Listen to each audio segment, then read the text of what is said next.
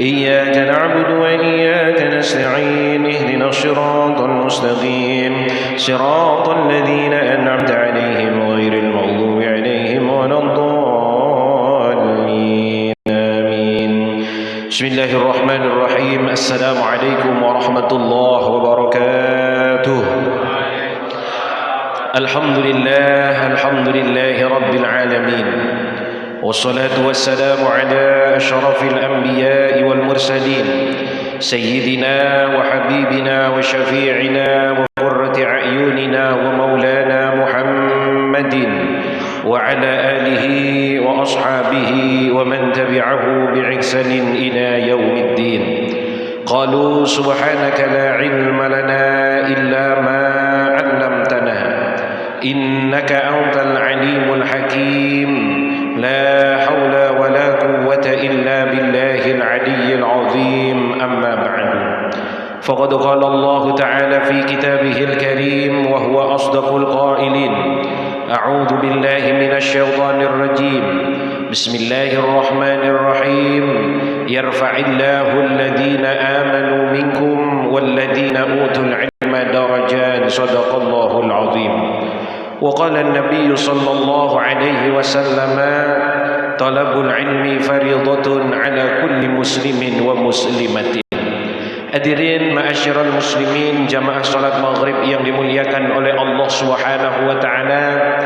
Alhamdulillah, puji syukur kita panjatkan kehadirat Allah atas segala nikmat yang telah Allah berikan kepada kita, wabil khusus nikmat iman, nikmat Islam serta nikmat sehat wal afiat. Sehingga alhamdulillah pada kesempatan malam hari ini bersama kita hadir datang dan berkumpul di masjid yang dimuliakan oleh Allah Subhanahu wa taala dalam rangka melaksanakan ibadah salat maghrib berjamaah, disambung dengan menimba ilmunya Allah Subhanahu wa taala. Mudah-mudahan apa yang kita kerjakan mendapatkan ridha dan pahala dari Allah Subhanahu wa taala. Amin Allahumma amin. Salawat beriring salam semoga senantiasa tercurah kepada junjungan baginda Nabi kita Muhammad sallallahu alaihi wasallam. Mudah-mudahan dengan salawat yang kita sampaikan, ajaran yang senantiasa kita jalankan dan istiqomahkan, kita termasuk ke dalam golongan umat Nabi Muhammad yang kelak akan mendapatkan syafaatnya di hari kiamat. Amin Allahumma amin. Hadirin Bapak Ibu yang dirahmati oleh Allah, jadi sebenarnya saya sudah hampir nggak jadi ke sini. Saya sudah ngomong sama Ustaz Huda, Ustaz, saya ini tidak bisa hadir kayaknya. Kenapa Ustaz? Saya lagi nemeni Khatib Syuriah, kan mau ada pelantikan pengurus besar Nahdlatul Ulama. Nah, itu ada Khatib Syuriah, ia termasuk guru saya. Nah, saya kan mau pamit ngomong, Kiai, saya mau ngisi pengajian dulu, ya gak enak. Nah, takutnya nanti sombong amat ini Ustaz itu ya. Tapi akhirnya kata Ustaz Huda, tolong Ustaz, katanya. Ya saya juga mikir dari kemarin di Al-Husna ini minta saya nggak pernah dapat gitu kan. Ini sekalinya dapat kok nggak hadir gitu. Terus saya memberanikan diri, Kiai mohon maaf, kenapa? Maghrib ada kajian, boleh saya tinggal dulu? Oh harus katanya. Alhamdulillah. Kata beliau harus. Pokoknya nggak apa-apa. Tinggal aja dulu. Kalau ada kegiatan, alhamdulillahirabbil alamin, saya langkah kakinya juga ringan menuju masjid ini. Alhamdulillah. Ya karena biar bagaimanapun adab murid sama guru yang nggak bisa tinggalkan. Adab murid terhadap guru ya, ta'zim. Nah, ini bagian yang terpenting. Maka al-adab itu al-adab a'la minal ilm. Adab itu ya jauh lebih tinggi daripada ilmu. Orang punya ilmu yang banyak tapi sayang tidak punya adab yang baik, maka rendah ilmunya. Orang yang tinggi ilmunya tapi tidak memiliki perilaku dan budi luhur yang tinggi, maka tidak mencerminkan ilmunya. Orang makin banyak ilmunya, makin beradab semestinya. Orang makin tinggi ilmunya, makin budi luhur perilakunya, dan makin sopan santun apa yang menjadi perangainya. Hadirin ma'asyiral muslimin rahimakumullah, siapapun kita, apapun dan pangkat jabatan kita, Mau kita orang kaya atau orang miskin, mau kita pejabat ataupun orang biasa, mau kita ustadz ataupun yang bukan ustadz, asalkan masih manusia namanya, maka akan ditimpakan 4 hal kepada orang tersebut. Akan datang 4 perkara kepada manusia tersebut. Apa 4 perkara yang akan ditimpakan kepada manusia selama dia masih hidup atau selama orang tersebut masih menyandang sebagai manusia? Kita ini kan sandangannya 2. 1 boleh jadi nasun yang maknanya manusia, tapi di atas nasun ada yang sandangannya jauh lebih tinggi, ada yang kedudukannya jauh lebih hebat, yakni apa yang disebut namanya abdun, seorang hamba. Hamba yang dimaksud bukan budak. Ya memang kalau dalam bahasa fikih abdun itu ya kadang-kadang dimaknai budak. Tapi kalau dalam bahasa Quran, yang dimaksud oleh Quran abdun ini adalah hambanya Allah Subhanahu wa ta'ala. Dan yang paling jelas kategori masuk hambanya Allah yang sudah diakui oleh Allah sebagai hambanya itu di dalam Al-Quran, salah satunya ya di dalam surah Al-Isra, ketika Allah Subhanahu wa ta'ala menyebut Nabi kita dengan sebutan Subhanalladzi asra bi'abdihi laylan. Maha suci Allah yang telah menjalankan hambanya lailan, di waktu malam. Kalau kita ini kan hamba baru ngaku. Kalau ngaku itu kan boleh, siapa saja boleh ngaku. Tapi yang lebih dahsyat itu kalau sudah sampai diakui. Beda tuh Pak ya. Ngaku sama diakui itu beda. Kalau ngaku siapa saja boleh ngaku. Saya ini wali kota loh, silakan sampean ngaku wali kota. Tapi orang-orang ngaku ya apa enggak kalau sampean itu wali kota?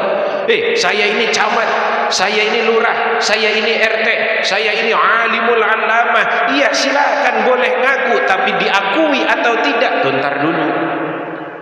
Boleh kita ngaku saya ini hambanya Allah, enggak lantas kemudian Allah bilang iya sudah pokoknya kamu hamba aku. Enggak. Tapi diakui apa tidak itu perkara yang jauh lebih penting, butuh proses dan butuh perjalanan. Hadirin yang dirahmati oleh Allah Subhanahu wa ta'ala, maka 4 hal yang akan dihadapkan kepada kita. Yang pertama, imma an yakuna fi ta'atin fa alaihi bil istimrar.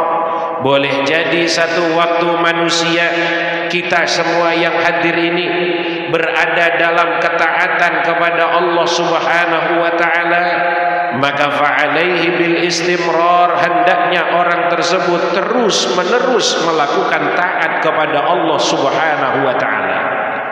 Atau dalam bahasa agama kita sebut namanya istiqomah. Tahu istiqomah Pak? Yang dekat lapangan Merdeka. Itu masjid. Orang Balikpapan semua tahu ya. Istiqomah maknanya kontinuitas, terus menerus. Kalau orang Jawa bilangnya jejak mantep madep tidak goyah. Istiqomah. Istiqomah ini satu kalimat yang hanya bisa dipadankan atau disambungkan kepada perbuatan-perbuatan yang tidak bertentangan dengan Al-Quran, juga bertentangan dengan hadis Nabi kita Muhammad sallallahu alaihi wasallam. Contoh, fulan itu tahajudnya istiqomah. Fulan itu baca Qur'annya istiqomah. Fulan itu jamaahnya istiqomah. Fulan itu duhanya istiqomah. Gak boleh kalimat istiqomah kok dipadankan atau disamakan, disambungkan dengan perbuatan yang dia bertentangan dengan Allah dan juga Rasulnya. Itu si fulan judinya istiqomah betul dia itu ya. Kapan berarti tidak boleh Pak? Orang judi kok dibilang istiqomah. Tapi kan maknanya terus menerus Ustaz. Iya, terus menerusnya dalam Quran bukan dalam yang sifatnya kejelekan, tapi yang sifatnya kebaikan. itu fulan tiap hari nyekek botol mabok, istiqomah betul. Itu dia zina, istiqomah betul. Tidak bisa.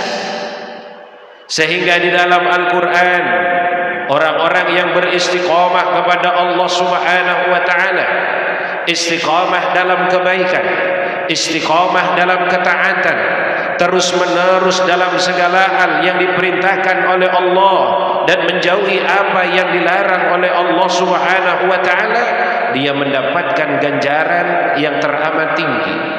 Dia mendapat satu keutamaan dan kemuliaan sebagaimana Allah firmankan di dalam Al-Quran, innal ladzina qalu rabbunallahu thumma istaqamu tatanazzalu alaihimul malaikatu alla takhafu wa la tahzanu wa abshiru bil jannati allati kuntum tu'adun.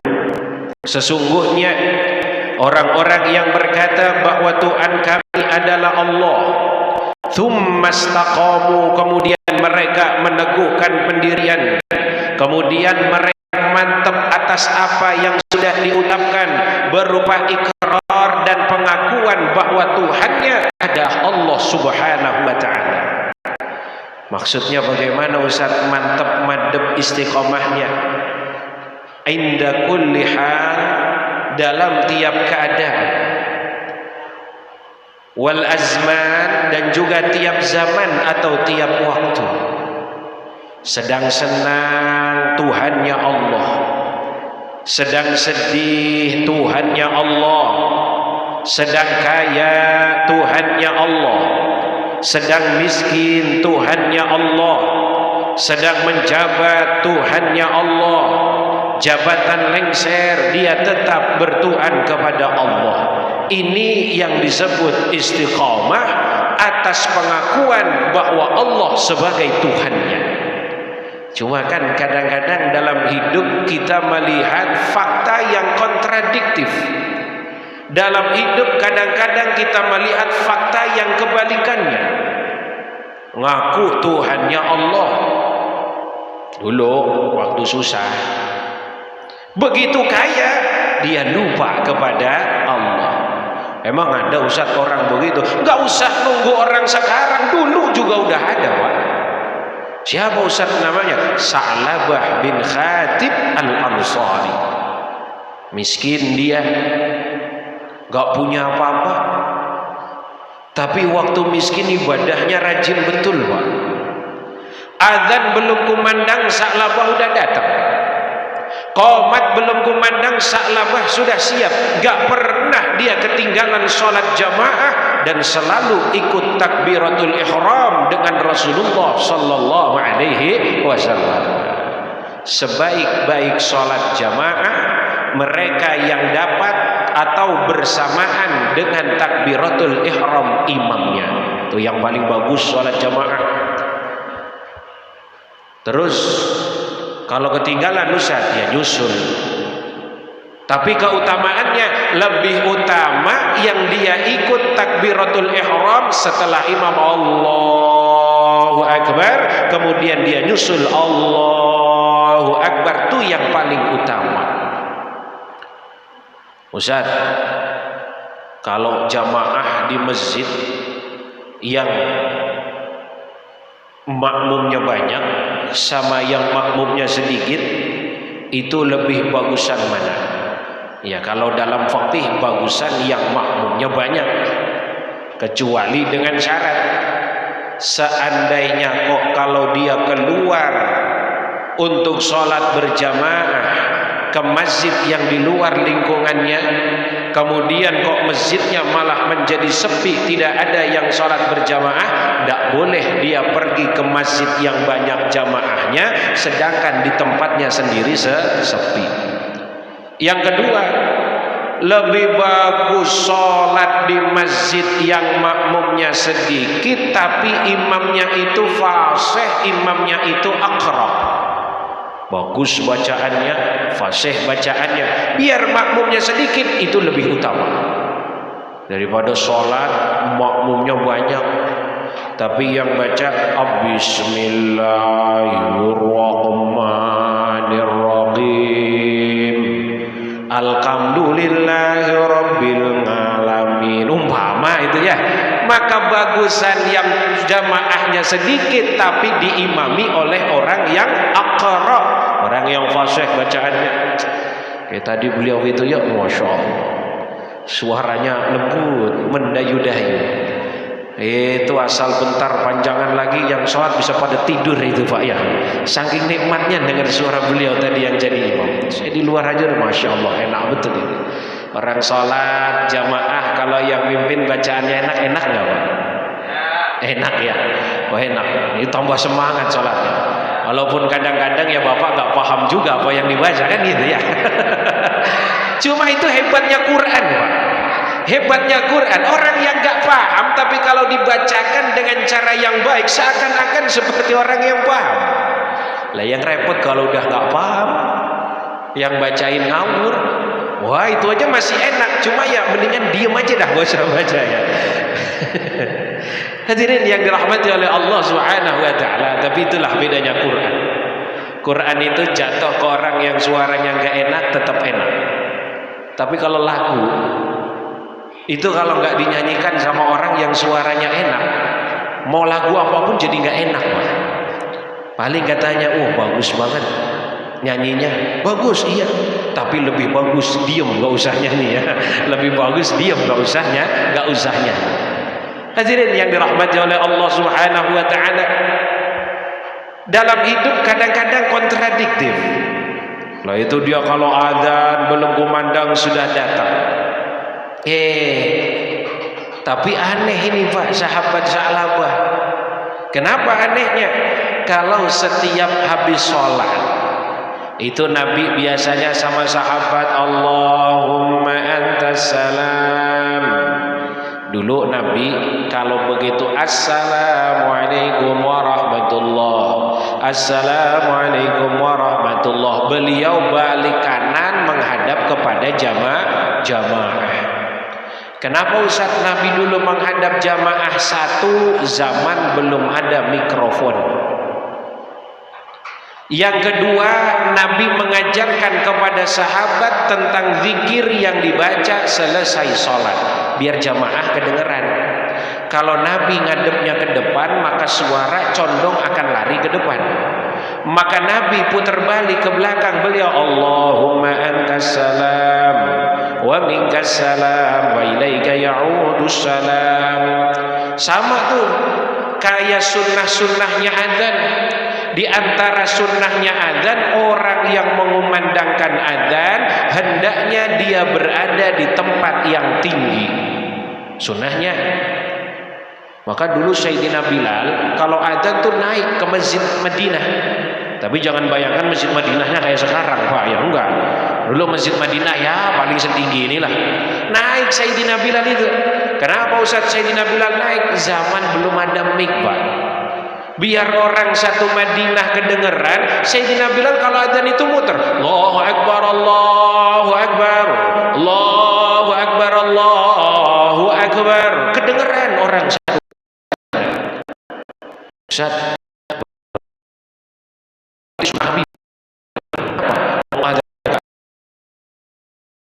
sekarang yang naik ke atas ya. Enggak salah, kenapa uang sekarang teknologi muatinnya dadak naik ke atas bawa-bawa mic segala macam ya, itu kan kurang kerjaan.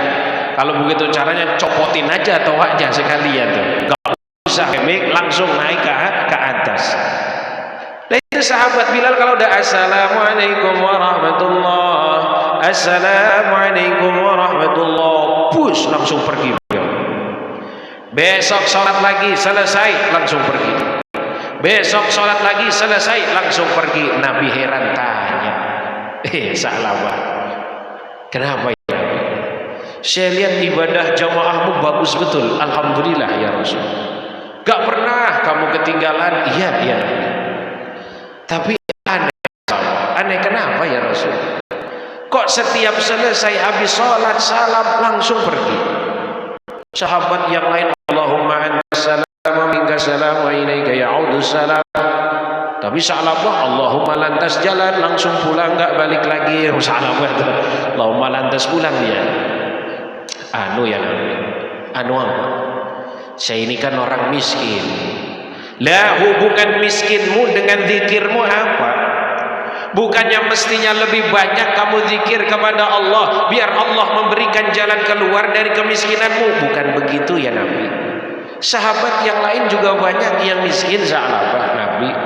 Di antara sekian banyak sahabat yang miskin, saya yang paling miskin. Rupanya Sa'labah paling miskin. Terus kenapa kalau selesai sholat langsung pergi? Sarung yang saya pakai cuma satu Nabi. Gantian sama istri di rumah. Kalau selesai sholat saya zikir dulu. Dan zikir keras itu zaman Nabi udah ada. Maka orang-orang yang teriak-teriak gak ada zikir dengan cara keras berjamaah, wah itu gak kerasain hidup zaman dulu. Kalau kita yang zikirnya keras sudah ngalamin hidup zaman dulu. Lewat apa? Lewat hadis-hadis Rasulullah Sallallahu Alaihi Wasallam. Riwayat dari Ibnu Abbas radhiyallahu an, beliau katakan inna raf'as sauti sesungguhnya meninggikan suara inda dzikri pada saat zikir kana fi ahdi Rasulillah sallallahu alaihi wasallam, itu pernah terjadi di zaman Nabi kita Muhammad sallallahu alaihi wasallam. Jadi kalau ada yang bilang zikir berjamaah dengan suara keras bidah, dia salah Pak. Salah cara menghukuminya. Kenapa? Wong pernah dikerjakan oleh Nabi. Mestinya kalau nggak mau jangan bilang begitu.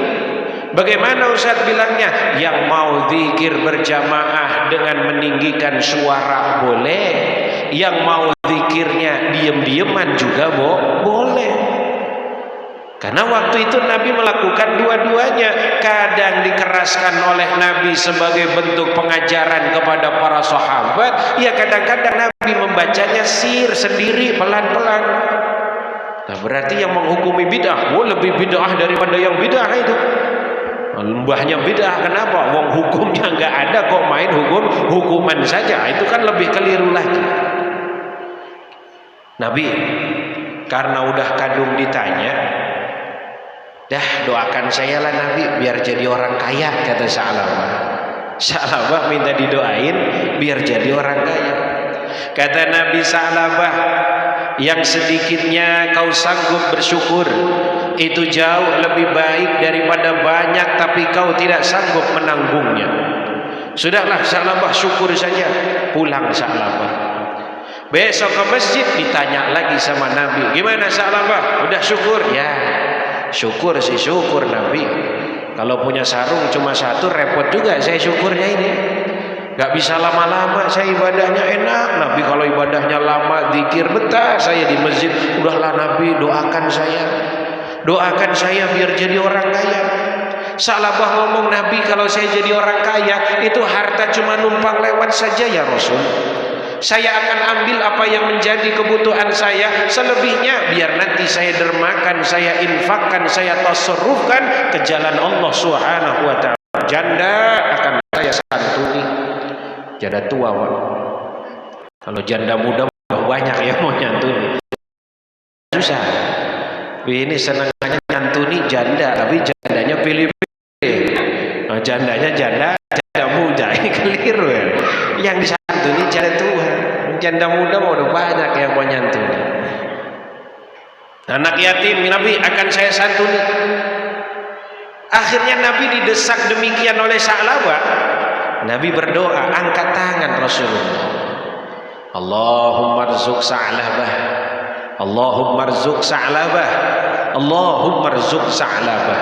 Ya Allah, berikanlah rizki kepada Sa'labah. Berikanlah rizki kepada Sa'labah. Berikan rizki kepada Sa'labah. Nabi itu kalau doa kadang suka mengulang 3 kali.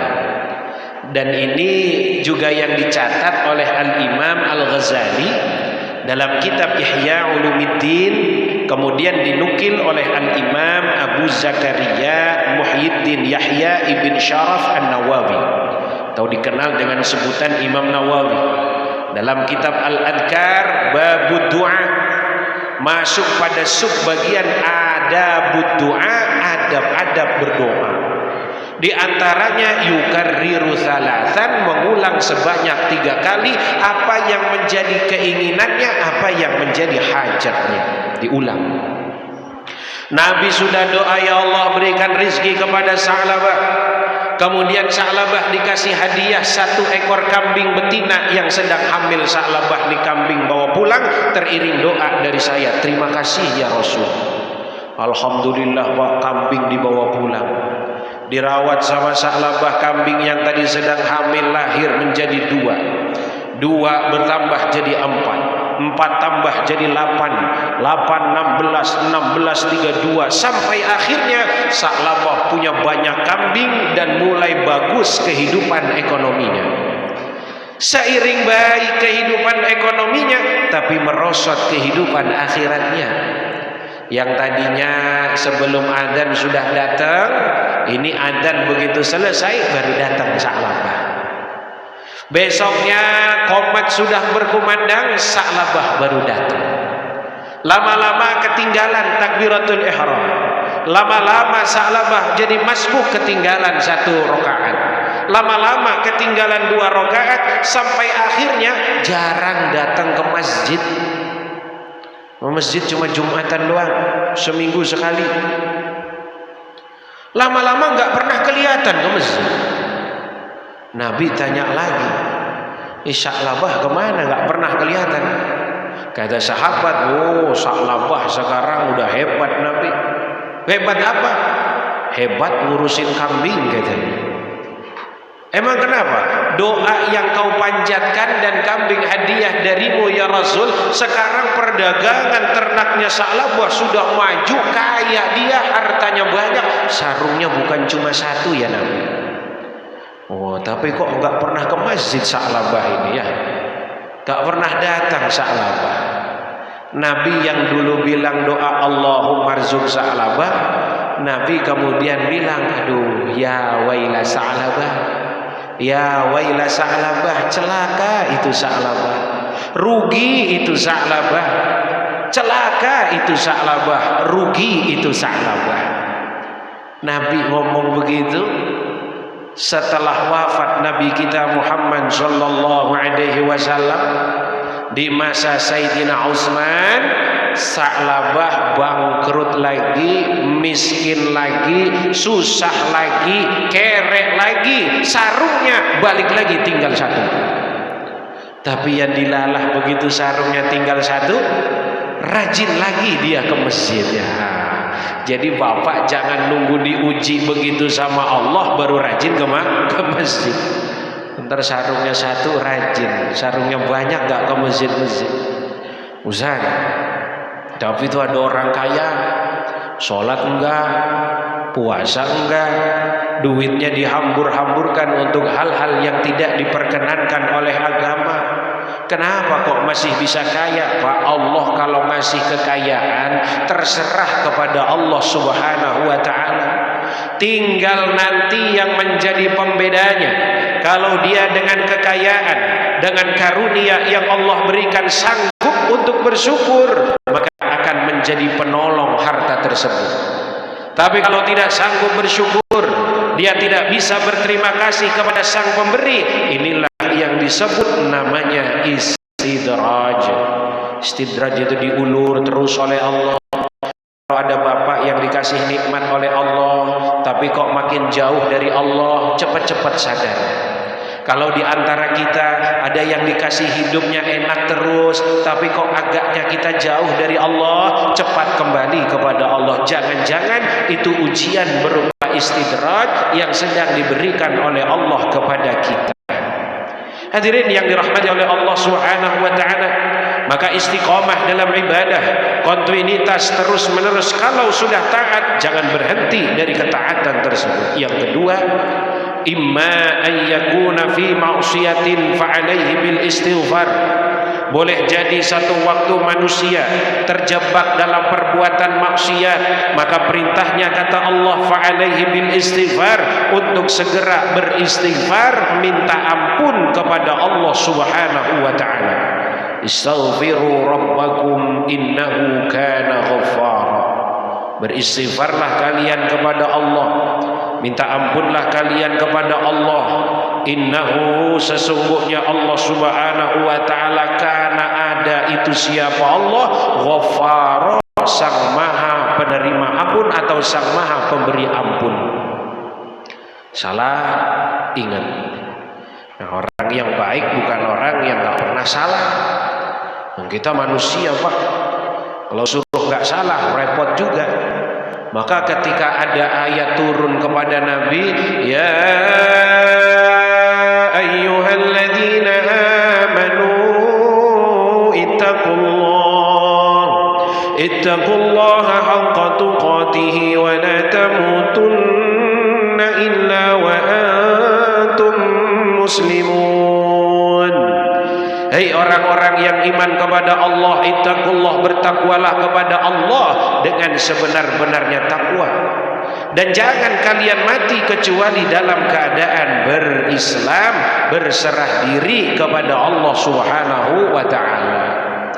Maka di dalam kitab Nasaihud Diniyah, karangan seorang alimul allamah waliyun min awliyaillah al-Qutbil Irsyad Al-Habib Abdullah Alawil Haddad, seorang habaib dzurriyyah min dzurriyyati Rasulillah, yang beliau dikenal kemasyhuran serta kealiman dan kewaliannya.